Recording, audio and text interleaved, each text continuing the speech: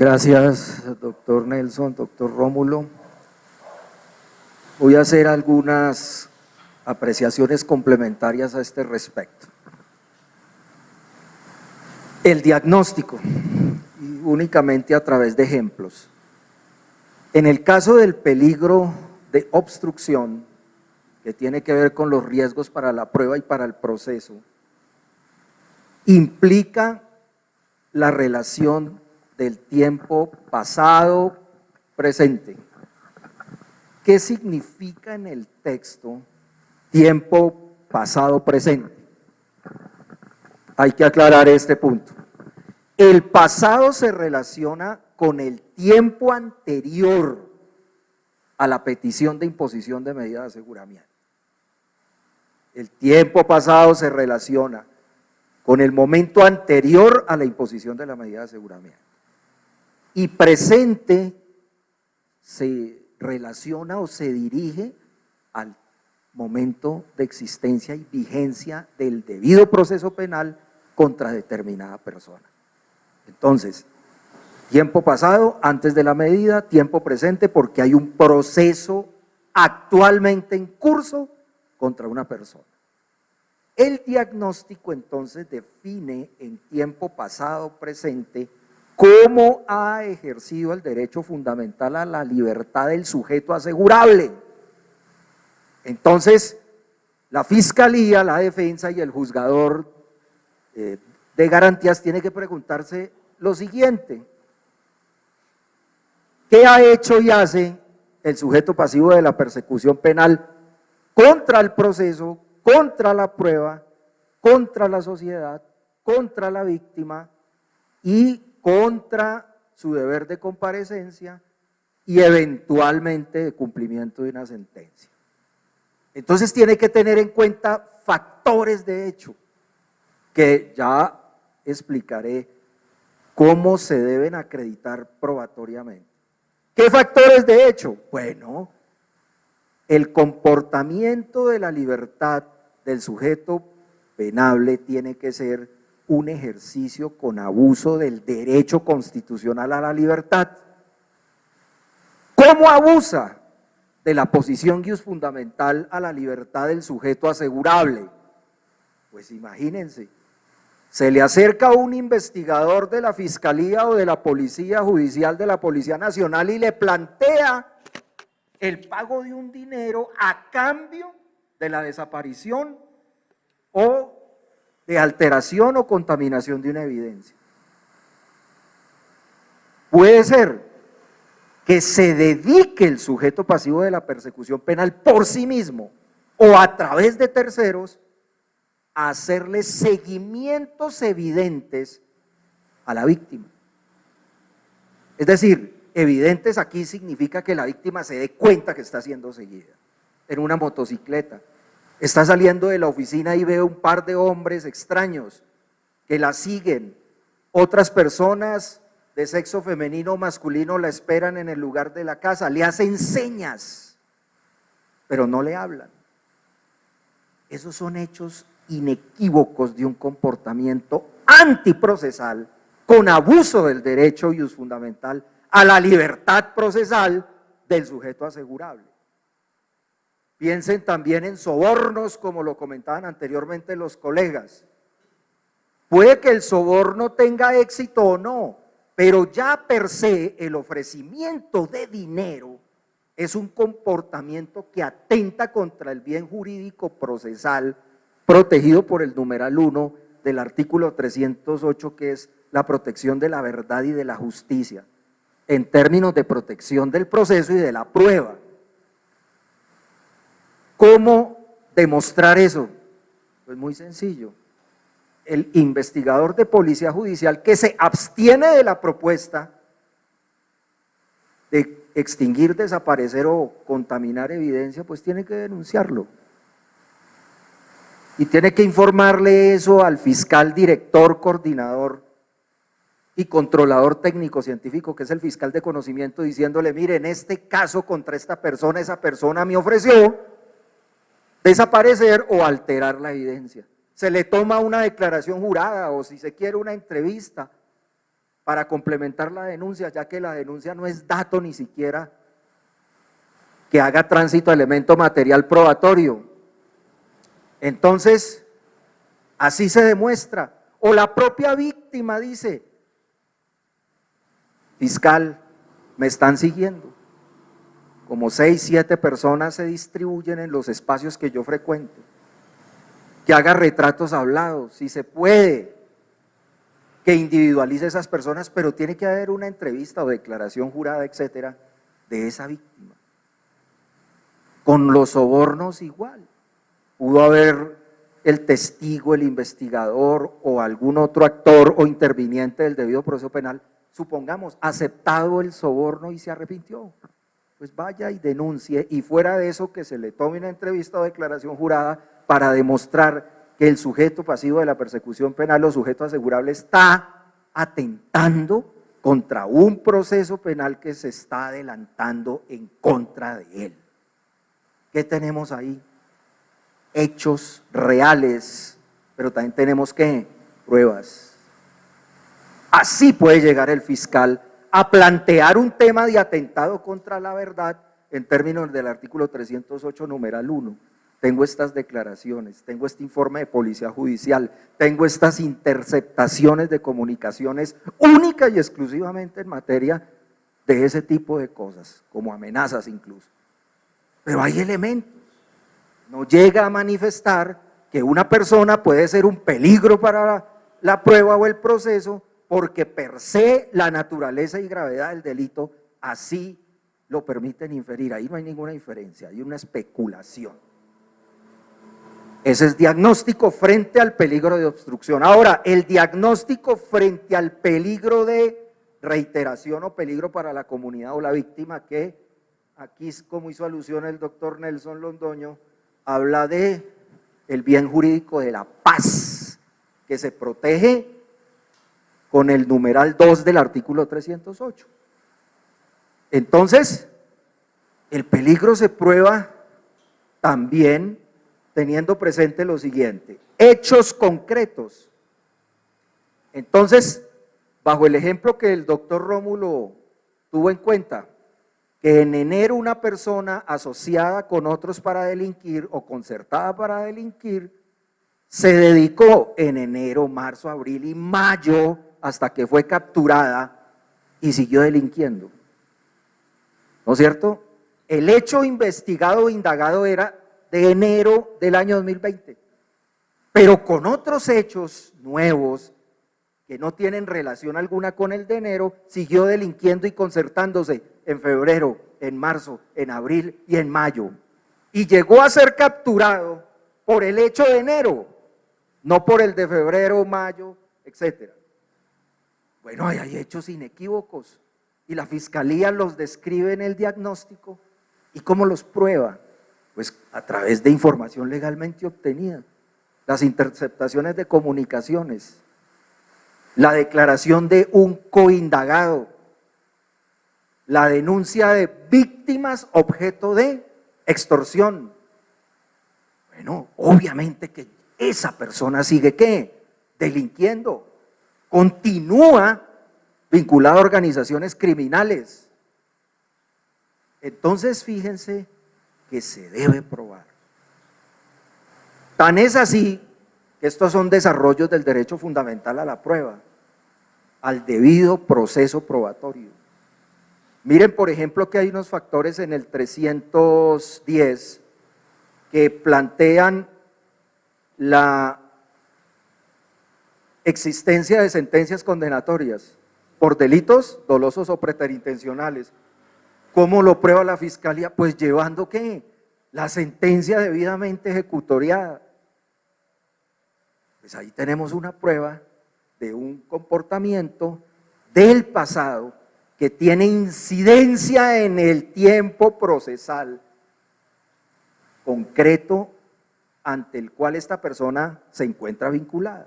Ahí hay prueba más hechos y norma, porque ahí está el 310.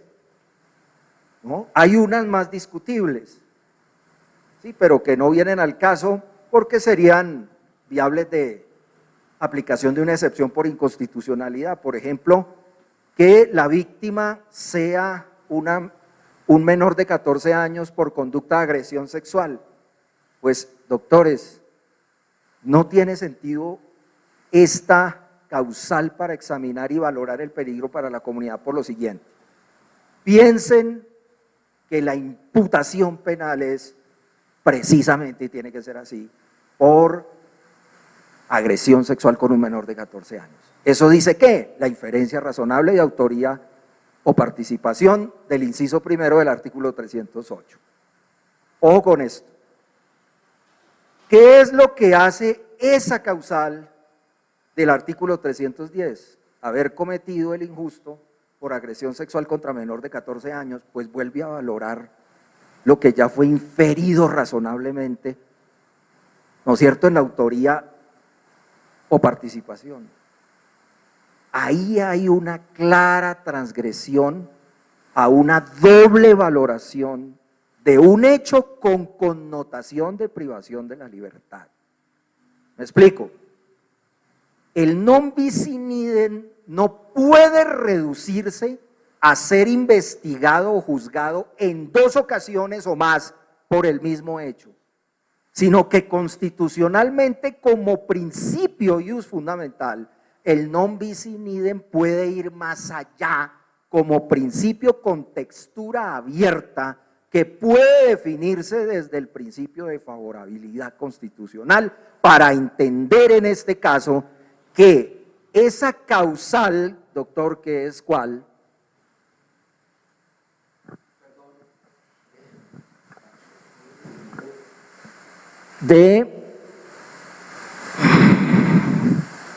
ahora no la encuentro, 6 del artículo 310, el numeral 6 del artículo 310.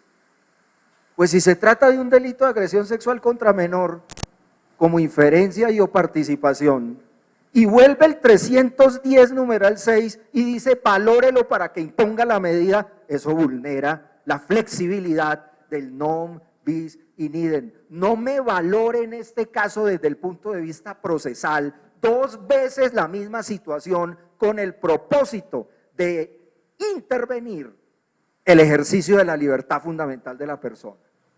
Lo mismo ocurre con la anterior, creo que es la quinta, cuando se utilicen armas de fuego o armas blancas. La misma cuestión si se trata de un delito de hurto agravado y calificado o de otros, extorsión, etcétera, donde se utilicen estos elementos y hayan sido mencionados en la imputación penal y seguidamente como base de esa imputación penal la inferencia razonable de autoría o participación y vuelva a valorarse en el artículo 310, numeral quinto. Es más, eso lo prohíbe taxativamente el parágrafo del artículo 308. Yo le pido por favor, doctor Rómulo, si lo lee. Artículo 308, parágrafo. Requisitos, artículo 308. La calificación jurídica provisional contra el procesado no será en sí misma determinante para inferir el riesgo de obstrucción a la justicia, el peligro para la seguridad de la sociedad o de la víctima y la probabilidad de que el imputado no comparezca al proceso o no cumplirá la sentencia. El juez de control de garantías deberá valorar de manera suficiente si en el futuro se configuran los requisitos para acceder a la medida de aseguramiento, sin tener en consideración exclusivamente la conducta punible que se investiga. Dos veces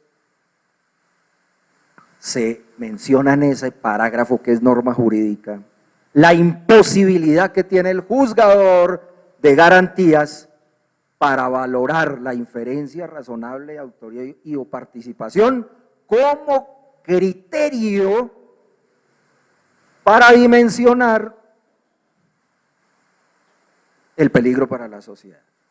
Ahí hay una clara transgresión en esos dos casos, del numeral quinto y sexto del 310, de este principio non bis in idem, pero no visto taxativamente como en la tradición jurídico-penal se establece, sino como se acaba de decir desde el ámbito constitucional en el entendido que este principio tiene una textura abierta y puede tener un contenido amplio que impida y vede al pretensor procesal o al juzgador preliminar en el entendido que no debe valorar en dos ocasiones una situación que le es adversa a la libertad fundamental de la persona humana sujeta a la persecución penal. El diagnóstico sigue aquí con relación al peligro de no comparecencia, independientemente de la razón que asiste aquí a los colegas que han manifestado que es un derecho de comparecencia al proceso, y yo hago una larga reflexión sobre ese tema acerca del derecho constitucional a la comparecencia al proceso y cómo lo transforma el proceso penal en una carga procesal. Entonces, independientemente de eso, vamos a plantear que, o a suponer que es constitucional esa cuestión. ¿Cómo dimensionar un peligro de fuga, es decir, de no comparecencia, o que esta persona no tiene interés en asistir al proceso frente al cual se encuentra sujeto? Miren, casos se han visto con relación a esta causal. La gente comienza a liquidarse, comienza a sacar la familia del país o a esconderla, comienzan los bienes a aparecer, se vende, o comienzan a aparecer escrituras públicas donde se nombran mandatarios por determinado tiempo, 5, 6, 7 años, para la administración de bienes. Comienza la persona a tener lista la compra de boletos aéreos para salir del país o de la ciudad. Esos son hechos inequívocos que la persona va a pretender que su no comparecencia. No le interesa asistir al proceso y por otra parte piensa en la sentencia condenatoria que eventualmente pueda llegar a padecer y pues ¿qué prefiere? Huir, ¿no es cierto? Huir. Esos son hechos. ¿Cómo se prueba? Bueno, acabo de decirlo. Vaya por una copia de la escritura pública donde nombra mandatarios para la administración de los bienes, transferencias de sumas altas de dinero al exterior, pueden ser varias ciudades, pero muestran esas transferencias que esta persona va a no comparecer y a no cumplir la eventual sentencia. Piensen ustedes en la fuga del habitante de la calle, del ejemplo que puso el doctor Leguía Lara. No, por Dios, es un habitante de calle. ¿No? ¿Cuál peligro de fuga? Sí, seguramente lo es, pero es un habitante de ¿qué? Calle, esa es su condición, ¿no? Esa persona no tiene ni idea y no le va a comprender lo que es esto. Otra, una persona de escasos recursos, es decir, un procesado pobre. ¿Para dónde se va? ¿Qué va a enajenar? Vive en arriendo, vive de un sueldo, tiene 3 hijos, tiene su mujer, tiene deudas en la tienda de la esquina. ¿Para dónde se va? ¿Cuál riesgo de fuga? Y si no, la experiencia de quien habla le ha enseñado lo siguiente: tanto las personas adineradas como las personas sin recursos, es en el caso personal, prefieren afrontar el proceso, prefieren hacerlo. En primer lugar, porque una persona adinerada no le interesa dejar toda una fortuna y una vida de esfuerzo abandonada a las manos de personas que extrañas o familiares. Y si se trata de una persona de escasos recursos, es también un poco complicado. Entonces, el riesgo de fuga, de no comparecencia, de no cumplimiento a la sentencia tiene que demostrarse a través de esos mecanismos, ¿no? Fíjense que hasta la falta de arraigo por carencia de domicilio se prueba el domicilio. Se prueba también haber estado sujeto a procesos penales anteriores para valorar el comportamiento pues habrá que determinar una certificación de la fiscalía o de juzgados anteriores para definir que si esa persona compareció y fue acuciosa y disciplinada con su anterior proceso, se prueba. Esos son elementos materiales probatorios. Y ya hice alusión al peligro de la víctima con relación a bienes y familia. ¿No es cierto? Entonces, hecho, secuestraron por 2 días a un familiar de un testigo víctima. Eso es un hecho muy grave. Se denuncia el secuestro, se toma la entrevista con relación a ese secuestro y se lleva al proceso penal para solicitar la medida de aseguramiento contra una persona en tanto que hubiese tenido conexión con ese secuestro con el propósito de amenazar a la víctima, atentar contra los bienes, dispararle a un vehículo así no se tenga la pretensión de matarla, pero le dispara las llantas, ¿no es cierto? Eso es un atentado. O como ocurrió en una ciudad del Valle del Cauca, cogían literalmente a piedra las ventanas de la casa de la persona que era víctima testigo. Entonces se acreditan los hechos afirmados a través de esos medios de conocimiento. Es la manera en que se actúa con la finalidad de plantear un diagnóstico.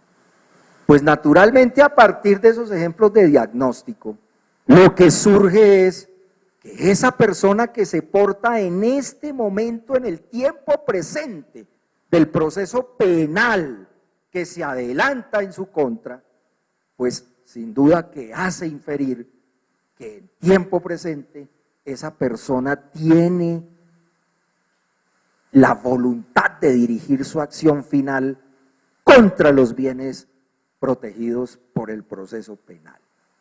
Entonces, a partir de esos hechos del pasado presente en los términos aducidos, es que se plantea el pronóstico. En tiempo pasado presente del diagnóstico, a partir de los ejemplos aducidos, la Fiscalía y el juzgador deben llegar a la conclusión a través de una inferencia inductiva que a través de esos episodios fácticos y demostrados a través de evidencia o elementos materiales probatorios, dentro de ese proceso penal, esa persona con una alta probabilidad de encontrarse en libertad, seguirá ¿qué? Atentando contra el proceso, la prueba, contra la verdad, contra la comunidad y la víctima, la paz, y contra la justicia en términos de no comparecencia y no cumplimiento de una eventual sentencia condenatoria. Entonces ahí tenemos el núcleo fundamental del debido proceso probatorio, es sujeto, más hecho, más prueba, más norma. Sujeto, pues el sujeto pasivo de la persecución penal que abusa de su ejercicio a la posición ius fundamental contra los bienes del proceso. Hechos, precisamente esas afirmaciones en relación con comportamientos antijurídicos que involucran la integridad de esos intereses jurídicos a la verdad, la paz y la justicia. El factor relacionado con lo demás sigue esa misma cadena del argumento, ¿no es cierto? Entonces, ese es un juicio de suficiencia correctamente hecho. Voy a hacer simplemente una alusión aquí a algo que explicó el doctor Nelson Londoño, y es con relación al test de probabilidad. El test de probabilidad naturalmente que va encasillado dentro del contenido de esta categoría pronóstico, como él lo manifestara, así quien confeccionó el texto lo hizo, se conforma de esta relación trial: probabilidad, temporalidad, posibilidad y contingencia. Con relación a la temporalidad, lo que se quiere significar en el texto es lo siguiente: el tiempo de privación de la libertad fundamental varía dependiendo la etapa procesal. Si estamos entre imputación y acusación, son 60 días. Si tenemos de acusación como acto complejo hasta el inicio del juicio oral, son 120 días. Y si tenemos el inicio del juicio oral y no se ha finalizado o emitido el sentido del fallo en el decurso de 150 días, pues se mantiene la medida. Estos tres tiempos para explicar esta temporalidad. ¿En qué sentido? La temporalidad implica una relación entre el Estado y el sujeto asegurable. ¿El Estado qué pretende? Intervenir la libertad fundamental de una persona restringiéndola, ¿no es cierto?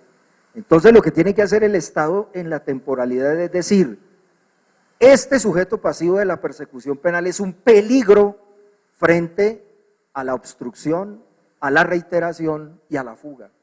Se pregunta el Estado y le cuenta el Estado eso al juez de garantías. Es un peligro, supongamos que todos los peligros, los tres peligros, ¿no es cierto?, de obstrucción, de reiteración y de fuga. Entonces, ante esos tres peligros, le tiene que decir la fiscalía al juzgador: miren, son 60 días máximo que debe durar la medida en la etapa de investigación formal, o sea, la previa a la acusación. Yo necesito tomar medidas, ¿para qué? Para evitar que mi proceso esté en peligro, para evitar peligros contra la sociedad y para evitar que este señor se fugue y no asista al proceso y no cumpla la sentencia. Entonces, necesito, por favor, juzgador de garantías, que lo detengamos preventivamente, no los 60 días, sino 40. ¿Por qué 40? Porque en 40 días yo tomo las medidas para proteger mi prueba. Si mi prueba está en Valledupar y corre peligro porque la gente, hay un riesgo de amenaza o de soborno, pues me la traigo para Bogotá y la custodio en el almacén general de evidencias de Bogotá, ya no en el de Valledupar. Haciendo ese cambio, dice la fiscalía, se lo cumplo en 40 días y incluso la misma fiscalía, si se quiere, pide la revocatoria. No necesito los 60 días, pero si los necesitare, pues dispóngalos, punto. Lo mismo con el peligro para la comunidad en la temporalidad. Dice el Estado, supongamos ya en la etapa de juicio, miren, estamos ante un grupo de sujetos activos de comportamientos relacionados con conciertos para delinquir y otros comportamientos punibles. Estamos hablando de una organización criminal.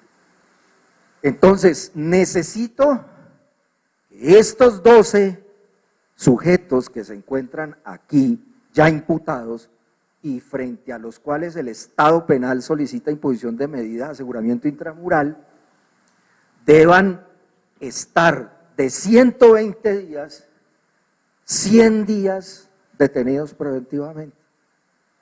Mientras la Fiscalía, en coordinación con la Policía Nacional y el Ejército Nacional, militarizan y custodian también policialmente la zona.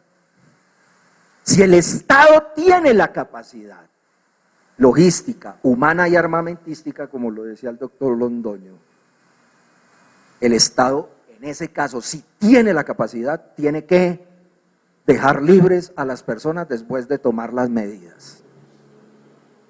El artículo 218 de la Constitución plantea que esa es una de las funciones de la Policía Nacional: custodiar y asegurar la convivencia y el ejercicio de los derechos y libertades fundamentales de las personas.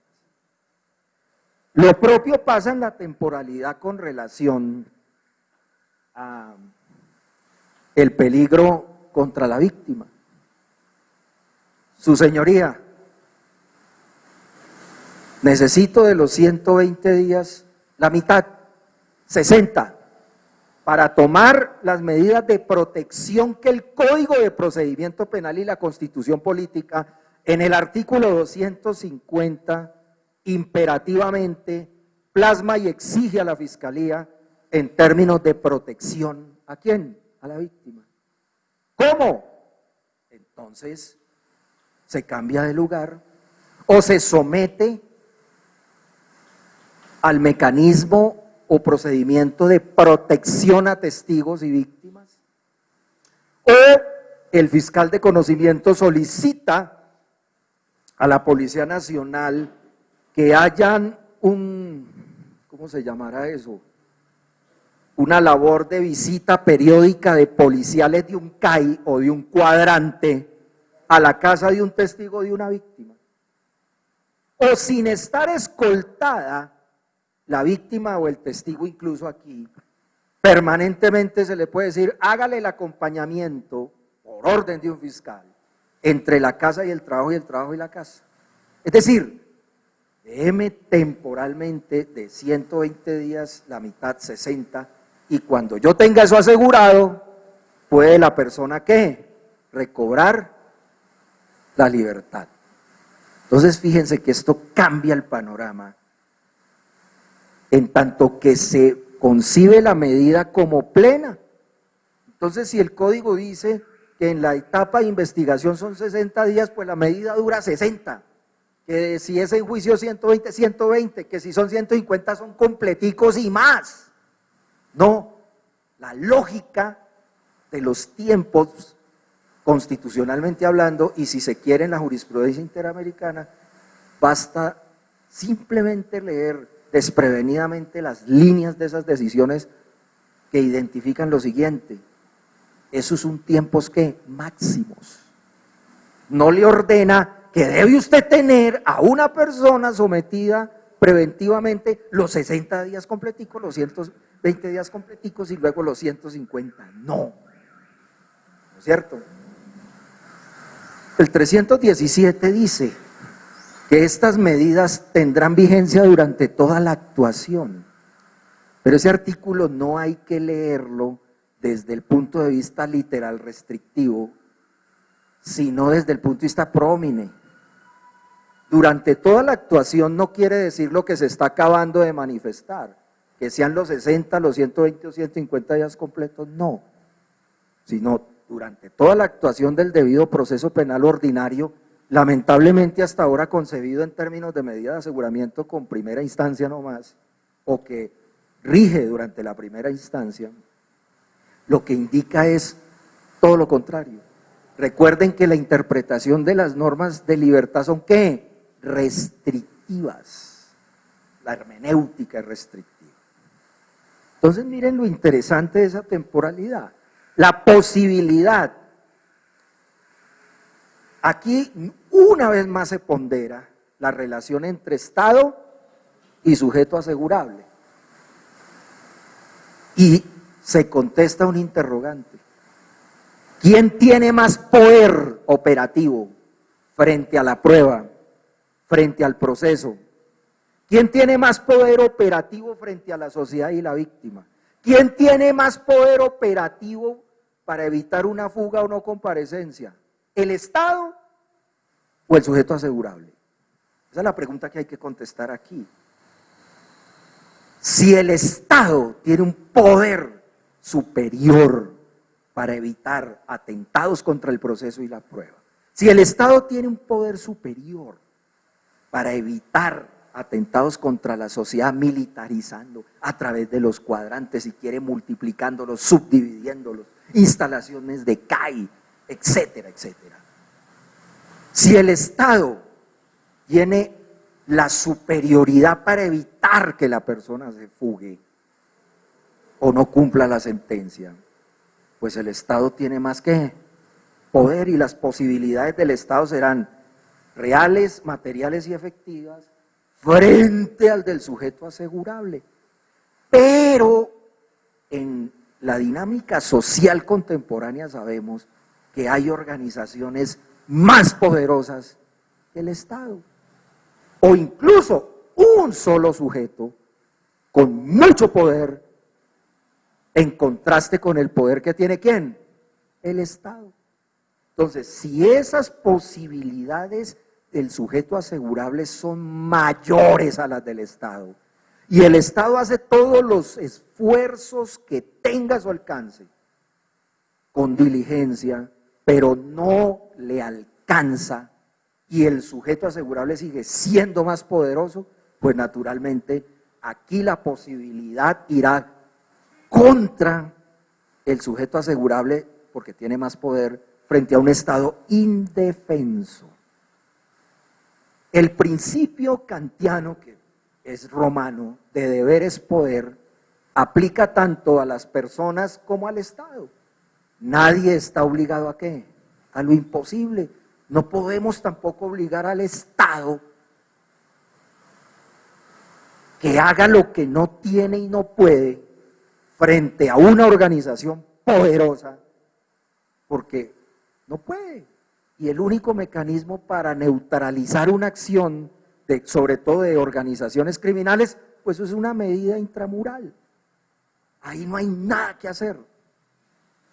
Entonces, no podría, eso sí, justificarse el Estado diciendo que es inferior, pero por negligencia o abandono. Si se demuestra por la defensa, derechos de petición al Ministerio de Defensa, al Ejército Nacional, a la Fuerza Aérea, a la Policía Nacional, al alcalde respectivo, al inspector de policía si es una vereda, o a las personas que conviven en una vereda, ¿verdad? En una población de eso. Se puede probar y decir, efectivamente hay peligro o no hay peligro. Miren, quien habla, y con el equipo de abogados y otros colegas, en una ciudad del Valle del Cauca, nos dedicamos a confeccionar una encuesta para determinar el nivel de peligrosidad para la sociedad y la víctima de una persona. Incluso fuimos más allá de ese municipio para ver cuál era el impacto. Cero impacto. Yo recuerdo que en esas encuestas llenamos como 10 cajas de encuestas para hacer la tabulación estadística y aparte de eso respaldadas en algunas en entrevistas para determinar que no existía la tal peligrosidad social, doctor Rómulo, doctor Nelson, así se hizo. Esto es de ingenio. ¿Para evitar qué? Lo que decía el doctor Londoño, especulaciones. Así, en nuestra oficina hemos planteado las cosas. Quiero decir algo, casi no hacemos ese tipo de ejercicios en medida de aseguramiento, en todos los años que lleva la oficina abierta. Y no quiero que se tome esto como una presunción o como cierta egolatría o vanidad, no. Quiero decirles que cuando mal nos fue, la medida fue de detención domiciliaria. ¿Por qué? Porque hay que afirmar, pero también hay que probar.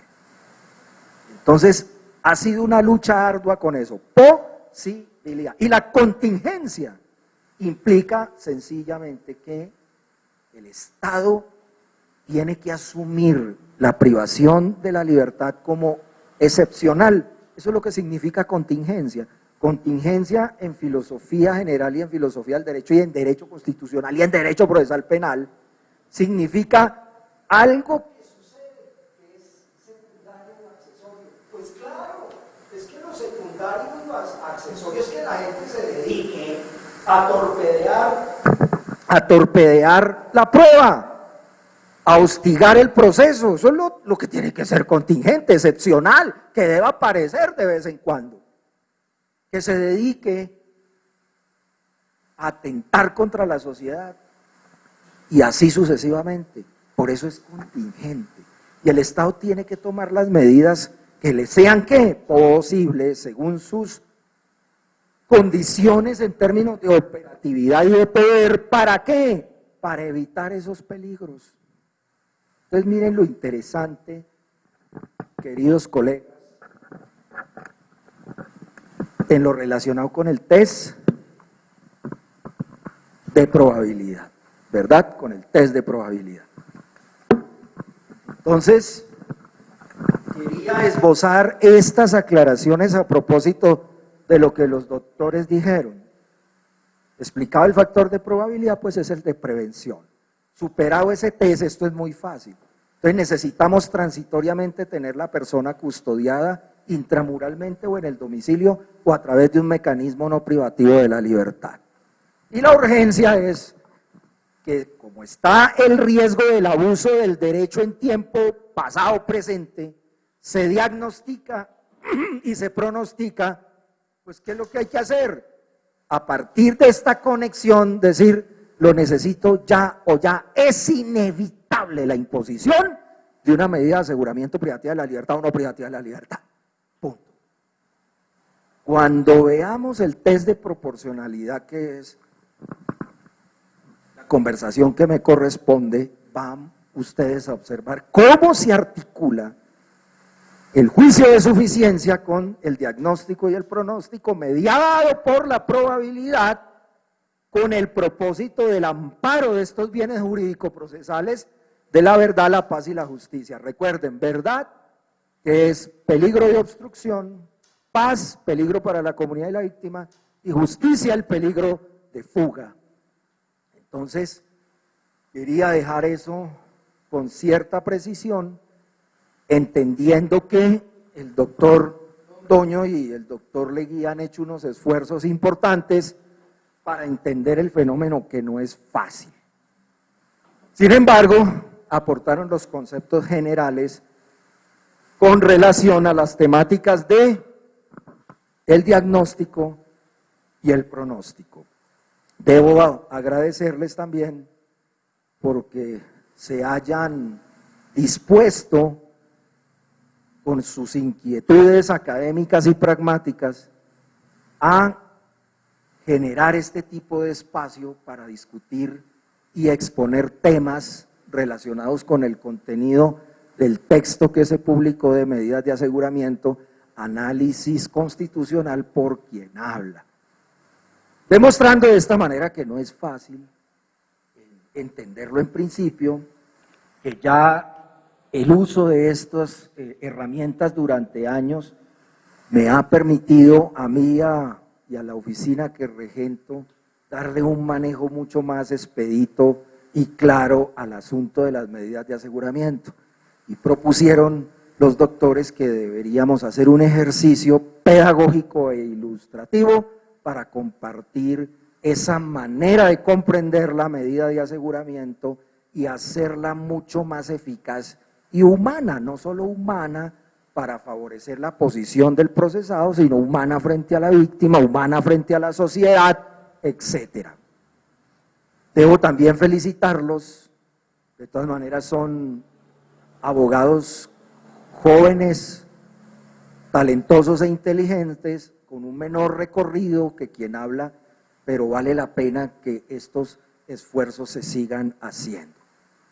Al auditorio que nos está observando, muchas gracias.